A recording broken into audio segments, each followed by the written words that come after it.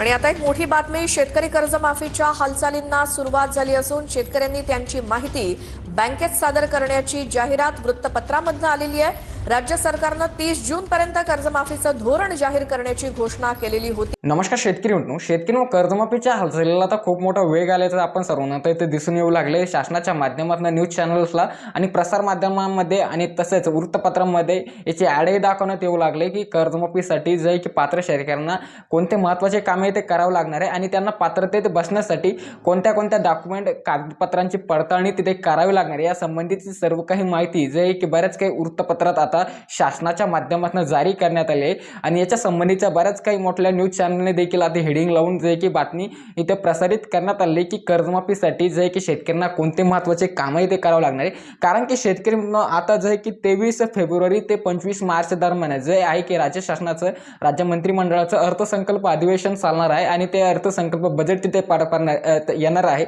आणि याच्याच माध्यमातून सांगण्यात येऊ लागलंय की सहकार आयुक्त महाराष्ट्र शासनाच्या की या बजेटच्या पहिल्याच आठवड्यामध्ये कर्जमाफीचा एक ऐतिहासिक निर्णय होण्याची दाट शक्यता आहे।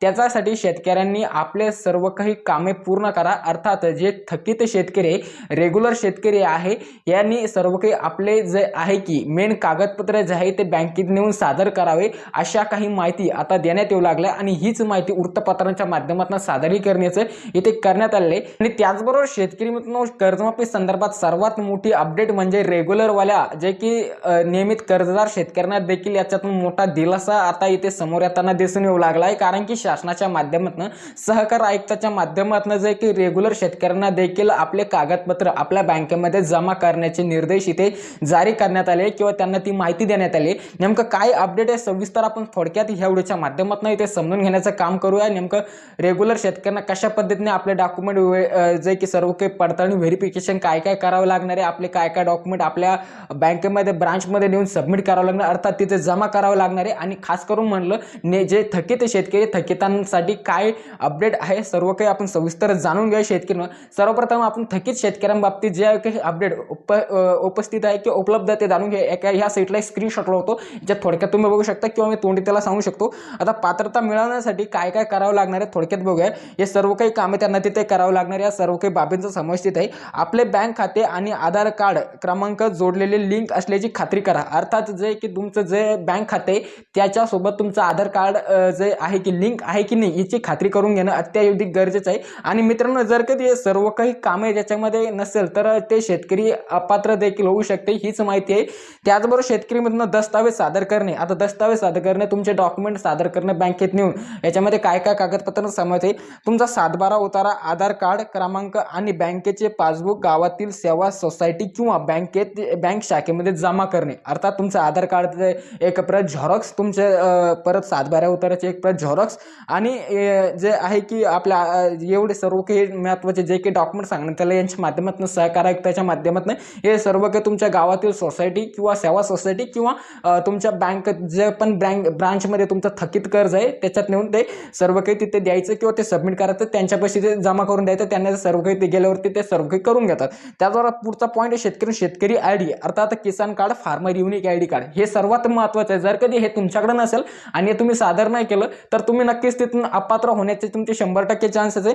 आपले नाव आपले सरकार पोर्टलवर किंवा सोसायटीच्या यादीत आहे की नाही ते तपासा आणि शेतकरी आयडी KYC पूर्ण करा। अर्थात शेतकरी मित्रांनो जे की आपले नाव आपले सरकार सेवा पोर्टलवर तुमचे आहे की नाही हे त्याच वेळेस असू शकते ज्यावेळेस तुमच्याकडे फार्मर युनिक आयडी कार्ड आहे, शेतकरी असल्याचा तुमचा स्वतःचा ओळखपत्र आहे, त्याच वेळेस तुमचं नाव त्याच्यावरती त्या पोर्टलवरती असू शकतं आणि त्याची KYC पूर्ण आहे की नाही ते चेक करून घेणं खूप गरजेचं आहे। त्याचा पुढील पॉईंट आहे शेतकरी महत्त्वाचा पॉईंट तो पण एक आहे पडताळणी व्हेरिफिकेशन। या सर्व काही डॉक्युमेंटचा पडताळणी व्हेरिफिकेशन कागदपत्रांची, अर्थात आपल्या सरकार सेवा केंद्रात जाऊन आधार कार्डद्वारे आपल्या कर्ज खात्याच्या रकमेची पडताळणी करा आणि कर्जमाफीस पात्र असल्यास कर्जमाफीच्या फॉर्मवरती मंजुरी अप्रूव्हल तिथे मिळवा। अर्थात शेतकरी मित्रांनो तुम्हाला कोणते का आपले सरकार सेवा केंद्र अर्थात एखाद्या झेरॉक्स जिथे तुम्ही ऑनलाईनचे कामं करत असतात त्याच्यात जाऊन आपले सरकार सहकारी सेवा केंद्रात जाऊन आधार कार्डद्वारे आपल्या कर्ज खात्याच्या रकमेची पडताळणी व्हेरिफिकेशन तिथे करून घेणं गरजेचं आहे शेतकरी मित्रांनो.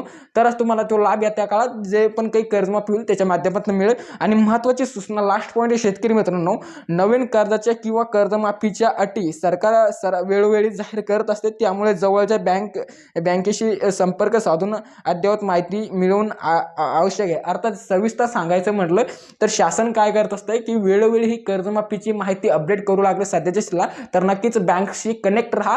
बँकेत जाऊन वेळोवेळी बँकेत जाऊन सर्व काही कर्जमाफी मिळेपर्यंत काय अपडेट आहे ते अपडेट घेण्याचा प्रयत्न करा. आणि बँक मॅनेजर जे काही सांगेल त्यांच्या माध्यमातून सर्व काही कामे तिथे करत जा.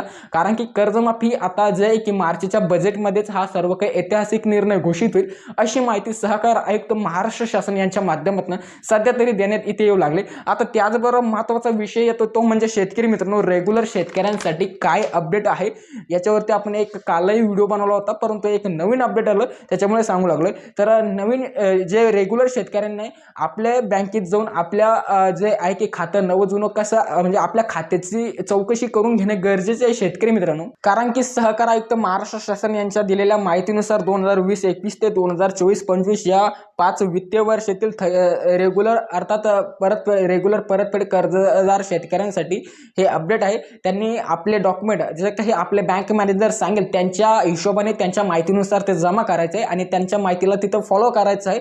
तरच तुम्हाला देखील त्याच्यात लाभ मिळेल. आणि ही अतिशय आनंदाची बातमी त्यांच्यासाठी ठरू शकते जर कधी, कारण की शासन याच्यावरती देखील आता सकारात्मक विचार करताना इथे दिसून येऊ लागले. कारण की रेग्युलर शेतकऱ्यांवरती कोणताही अन्याय न होता कामा हे सर्व काही लक्षात घेऊन शासन यांच्यावरती देखील महत्त्वाचा निर्णय घेण्याची अशी माहिती सध्याची दिसून येऊ लागली.